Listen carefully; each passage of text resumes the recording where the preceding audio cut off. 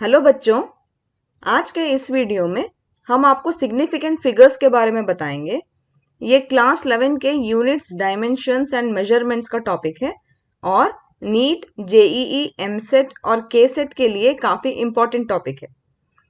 NEET 2020 में इस पर एक सवाल भी पूछा गया था और इस वीडियो के अंत में हम उस क्वेश्चन को भी सॉल्व करेंगे। बल्कि अगर आप इस वीडियो को अंत तक ध्यान से देखोगे तो उस क्वेश्चन को आप खुद ही सॉल्व कर लोगे। सिग्निफिकेंट फिगर्स वो नंबर्स हैं जो एक फिजिकल क्वांटिटी की एग्जैक्ट वैल्यू बताते हैं। इसमें एग्जैक्ट नंबर के साथ वो नंबर भी होता है जिसके बारे में हम श्योर नहीं हैं। फॉर एग्जाम्पल, अगर हम एक टेबल का लेंथ बताना चाह रहे हैं तो हम कह सकते हैं कि वो, मान लीजिए कि 137.2 सेंटीमीटर का है, तो हम कह सकते हैं कि वो 137.2 सेंटीमीटर है। यहां पर इस नंबर में 4 डिजिट्स हैं, 1, 3, 7 और 2, जिसमें से डेसिमल पॉइंट के बाद वाला जो 2 है उसके बारे में हम श्योर नहीं है। हम 137 सेंटीमीटर के बारे में तो श्योर है, मगर हम इस 2 के बारे में श्योर नहीं है। इस 2 के जगह में 18, 19, 21, 22 या कोई और ऐसा नंबर भी हो सकता है। इसलिए मैं ये कह रही थी कि इस 2 के बारे में हम श्योर नहीं है, या फिर ऐसे कहिए कि हम अनसर्टेन हैं। हम जिस इंस्ट्रूमेंट से एक फिजिकल क्वांटिटी मेजर कर रहे होंगे उसके लीस्ट काउंट पर सिग्निफिकेंट फिगर्स डिपेंड होंगे। लीस्ट काउंट को हम एलसी भी कहते हैं। अब ये लीस्ट काउंट क्या होता है? लीस्ट यानी कि छोटा। कोई भी इंस्ट्रूमेंट का सबसे छोटा काउंट उस इंस्ट्रूमेंट का लीस्ट काउंट कहलाता है। मान लीजिए कि आप एक रूलर से कुछ नाप रहे हैं, उस रूलर का लीस्ट काउंट इसका सबसे छोटा काउंट होगा, यानी कि 1 मिलीमीटर होगा। यहाँ पर 0 और 1 के बीच में 1 सेंटीमीटर होता है। ऐसे ही जो छोटे छोटे डिविजन्स दिए गए हैं, उन दो छोटे डिविजन्स के बीच में जो डिस्टेंस है वो 1 मिलीमीटर होगा। तो इस रूलर का सबसे लीस्ट या सबसे छोटा काउंट 1 मिलीमीटर हो गया, इसीलिए इस रूलर का लीस्ट काउंट 1 मिलीमीटर होता है। इस वीडियो में हम सिग्निफिकेंट फिगर्स को काउंट करने के और सिग्निफिकेंट फिगर्स को राउंड ऑफ करने के रूल्स सीखेंगे। पहले काउंट करने के रूल्स सीख लेते हैं। पहला रूल ये है कि 0 के अलावा जो सारे नंबर्स हैं 1 से लेके 9 तक, वो सारे हमेशा सिग्निफिकेंट डिजिट्स होते हैं। फॉर एग्जाम्पल 187.25, इस नंबर में सारे डिजिट्स 1 से लेके 9 तक के नंबर्स हैं, तो ये सारे डिजिट्स सिग्निफिकेंट होंगे। अब बचा 0। 0 के सिग्निफिकेंट होने या ना होने पर 4 रूल्स हैं। पहला रूल ये है कि अगर दो नॉन जीरो डिजिट्स के बीच में जीरोस हैं तो वो सारे जीरोस सिग्निफिकेंट होंगे। फॉर एग्जाम्पल 105.003, यहाँ पर जो पहला जीरो है ये 1 और 5 के बीच में है, और दो और जीरोस हैं जो 5 और 3 के बीच में है, तो यहाँ पे ये सारे जीरोस भी सिग्निफिकेंट हैं। इसीलिए 105.003 में सारे नंबर्स सिग्निफिकेंट डिजिट्स हैं। 0 के लिए दूसरा रूल ये है कि डेसिमल पॉइंट और नॉन जीरो डिजिट्स के बीच के जीरोस को नॉन सिग्निफिकेंट माना जाएगा। फॉर एग्जाम्पल 0.0023 में सिर्फ 2 सिग्निफिकेंट डिजिट्स हैं, और ये जो जीरोस हैं ये नॉन सिग्निफिकेंट है।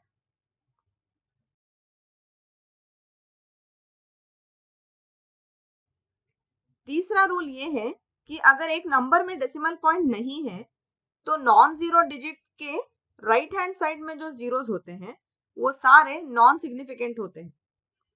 फॉर एग्जाम्पल इस नंबर में जो 2 जीरोस हैं जो एंड में आ रहे हैं ये नॉन सिग्निफिकेंट होंगे, और यहाँ पे 3, 2, 5 यानी कि 3 सिग्निफिकेंट डिजिट्स होंगे। और अगर एक नंबर में डेसिमल पॉइंट है तो फिर सारे जीरोस जो राइट में होंगे वो सारे सिग्निफिकेंट होते हैं। और ये भी नोट करिए कि सिग्निफिकेंट फिगर्स कोई भी फिजिकल क्वांटिटी के चॉइस के हिसाब से चेंज नहीं होते। फॉर एग्जाम्पल, अगर एक रॉड का लेंथ 76 सेंटीमीटर है तो चाहे आप उसे मीटर में लिखो 0.76 मीटर या किलोमीटर में यानी कि 0.0076 किलोमीटर, यहाँ पे सिग्निफिकेंट फिगर्स दो ही रहेंगे, वो यूनिट के हिसाब से चेंज नहीं होंगे।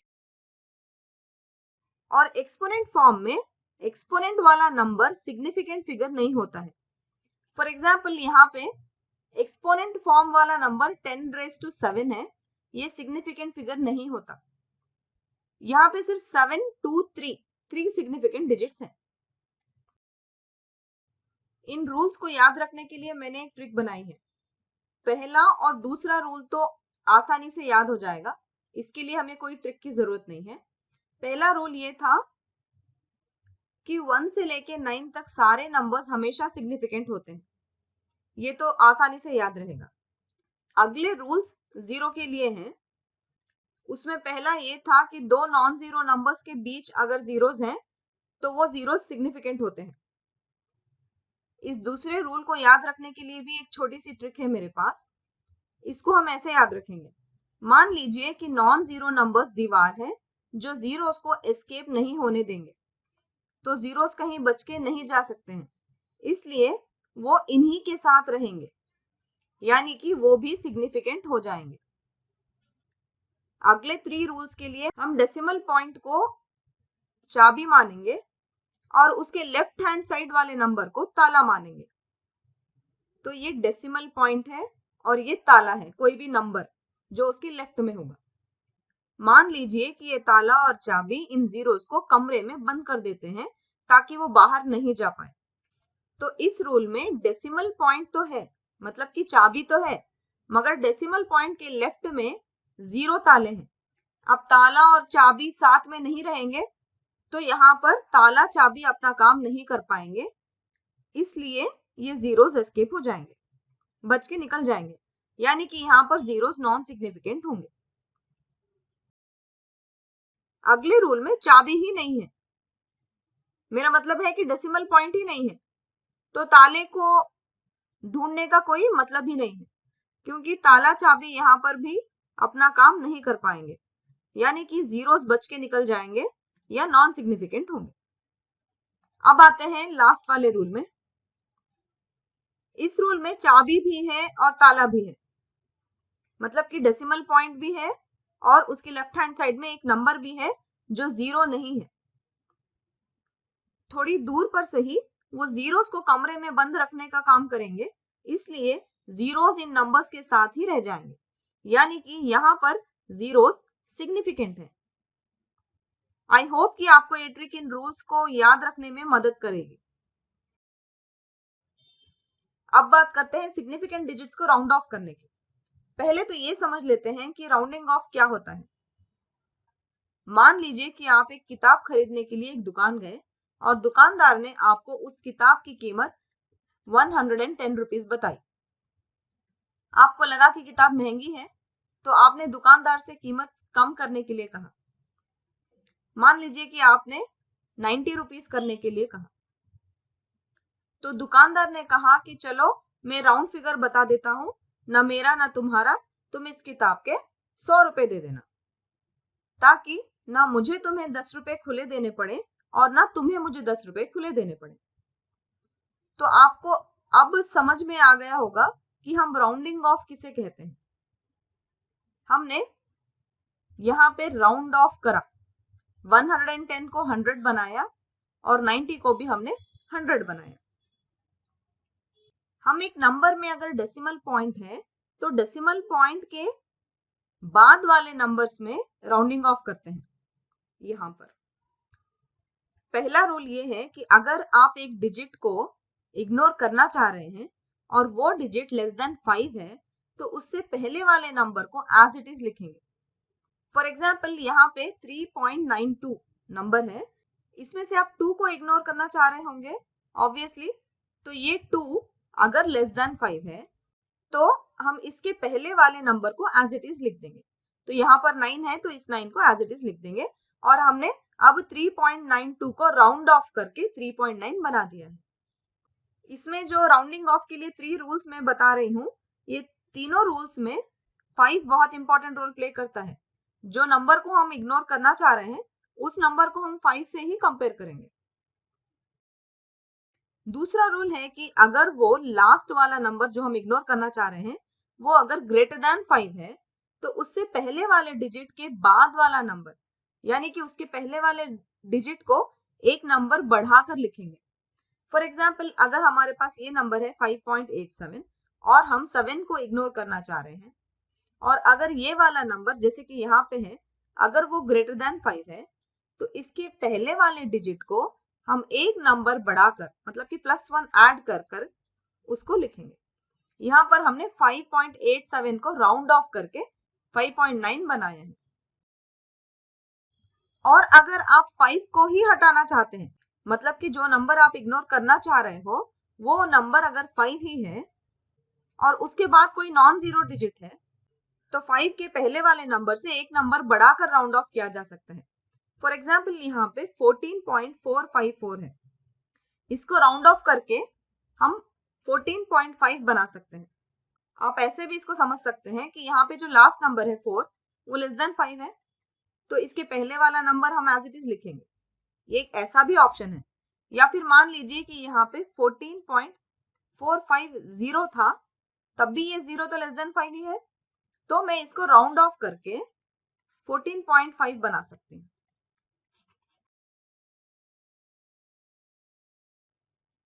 हम सिग्निफिकेंट फिगर्स को ऐड या सब्ट्रैक्ट करते हैं तो राउंडिंग ऑफ वाले रूल्स को ध्यान में रख के करना पड़ता है। पहले एक एग्जाम्पल से एडिशन को समझ लेते हैं। यहाँ पर 1.008 है जिसको हम 4.67 से ऐड करेंगे। यहाँ पर 1.008 में 4 सिग्निफिकेंट डिजिट्स हैं और 4.67 में 3 सिग्निफिकेंट डिजिट्स हैं। इनको अगर हम ऐड करेंगे तो हमारा आंसर है 5.678। यहाँ पर एक इंपॉर्टेंट रूल को ध्यान में रखिए, जो नंबर में सबसे कम डेसिमल प्लेसेस होंगे वो नंबर ही हमारे आंसर के नंबर ऑफ डेसिमल प्लेसेस को डिसाइड करेगा। जैसे कि इस नंबर में 3 डेसिमल प्लेसेस हैं और इस नंबर में 2 डेसिमल प्लेसेस हैं तो सबसे कम डेसिमल प्लेसेस वाला नंबर कौन बना? 4.67 बना, है ना। और इसमें नंबर ऑफ डेसिमल प्लेसेस कितने हैं? 2 है तो हमारे आंसर में भी नंबर ऑफ डेसिमल प्लेसेस 2 ही होंगे। तो जो आंसर मुझे मिला है 5.678 इसको मैं राउंड ऑफ करूंगी। कैसे राउंड ऑफ करूंगी? जैसे कि मुझे आंसर में 2 डेसिमल प्लेसेस मिले। यहाँ पे 3 डेसिमल प्लेसेस हैं बट रूल के हिसाब से मुझे 2 डेसिमल प्लेसेस चाहिए तो इसको मैं राउंड ऑफ करूंगी। कैसे राउंड ऑफ करूंगी? 8 है जिसको मैं इग्नोर करना चाह रही हूँ और वो ग्रेटर देन 5 है और अगर ग्रेटर देन 5 है तो इसके पहले वाले नंबर को एक नंबर बढ़ा के लिखेंगे मतलब कि 5.678 को राउंड ऑफ करके मैं 5.68 बनाऊंगी। तो ये मेरा फाइनल आंसर है, ना कि ये। ऐसा भी हो सकता है कि आपके ऑप्शंस में ये दोनों हो, 5.678 भी हो और 5.68 भी। अगर आप 5.678 को राइट आंसर मान के चूज करोगे तो वो रॉन्ग हो जाएगा, क्योंकि जब आप सिग्निफिकेंट फिगर्स को ध्यान में रख के एडिशन कर रहे हो तो आपको राउंड ऑफ करके रूल्स फॉलो करना बहुत जरूरी है। तो आपका सही आंसर 5.68 होगा। आप सब्ट्रैक्शन का एग्जाम्पल देखते हैं। यहाँ पर 15.6 में 3 सिग्निफिकेंट डिजिट्स हैं और 7.27 में भी 3 सिग्निफिकेंट डिजिट्स हैं और 15.6 में 1 डेसिमल प्लेस है और 7.27 में 2 डेसिमल प्लेसेस हैं। तो रूल के हिसाब से हमारे आंसर में भी 1 डेसिमल प्लेस होना चाहिए। और अगर मैं 8.33 को राउंड ऑफ करके 1 डेसिमल प्लेस वाला बनाऊंगी तो मेरे पास 2 सिग्निफिकेंट डिजिट्स रह जाएंगे। तो ध्यान में रखिए कि ऐसा कोई रूल नहीं है कि क्वेश्चन और आंसर में number of significant digits same हो। ऐसा भी हो सकता है कि हमारे आंसर में number of significant digits question वाले नंबर से कम हो। तो यहाँ पे मेरा आंसर 8.33 है, मगर क्वेश्चन में मेरे पास ऐसा नंबर है जिसमें सिर्फ 1 डेसिमल प्लेस है तो मेरे आंसर में भी 1 डेसिमल प्लेस आएगा।